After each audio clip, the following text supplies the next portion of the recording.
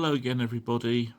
Right, now we're going to have a just quick look at Dinky number 109, which was a Model T Ford named Gabriel that featured in Gerry Anderson's little known, or at least not the most popular series of the puppet shows he did, called The Secret Service.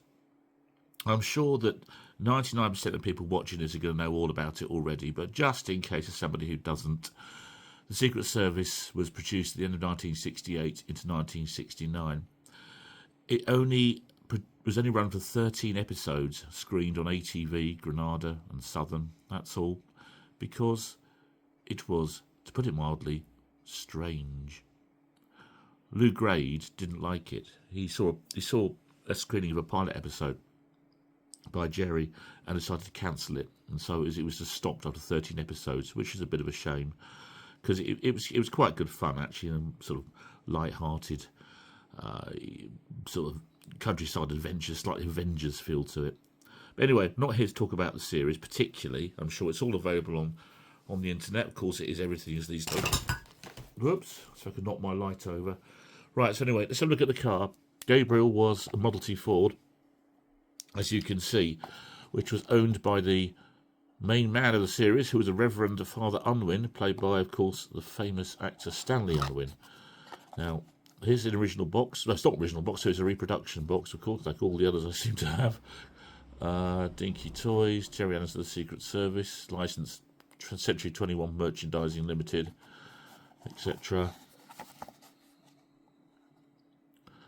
So it's got brass lamps and a radiator, authentic spoked wheels, and a figure of Father Unwin. This model was apparently based on the chassis, well, based on on Dinky number 475, which was also clearly Model T Ford, and they basically revamped it to make this. And here it is.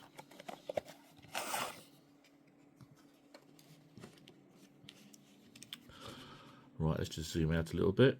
There you can see the full thing. Here you can see near the Secret Service with a lovely country house barn. And here he is, Father Unwin himself, driving his wonderful old car.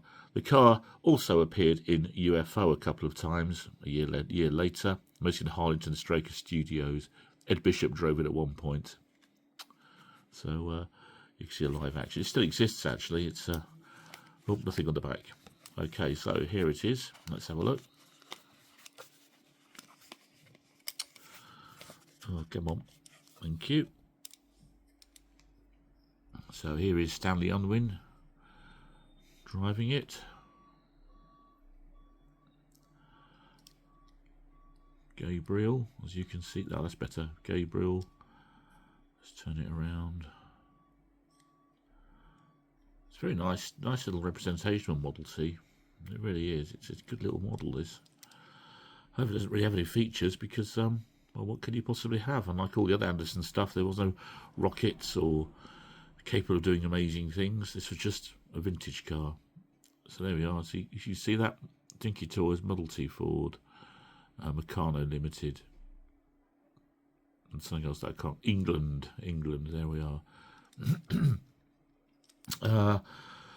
It was only produced from 1969 to 1971, so it had a very, very short run, though it's hardly really surprising considering the series was barely seen by anybody. It's not going to have a mass appeal when no one got it's only seen the 3 ITV regions in the whole country.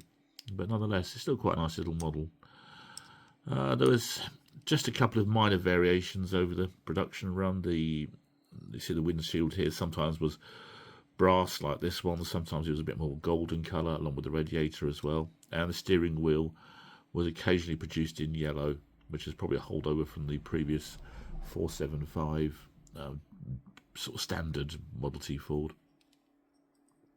But that's about it really. Not much else to say really. It's a nice little model, worth picking up, and probably one of the most obscure things from any Gerry Anderson production. Anyway, that was only a quick one, so thanks everybody, thanks for watching.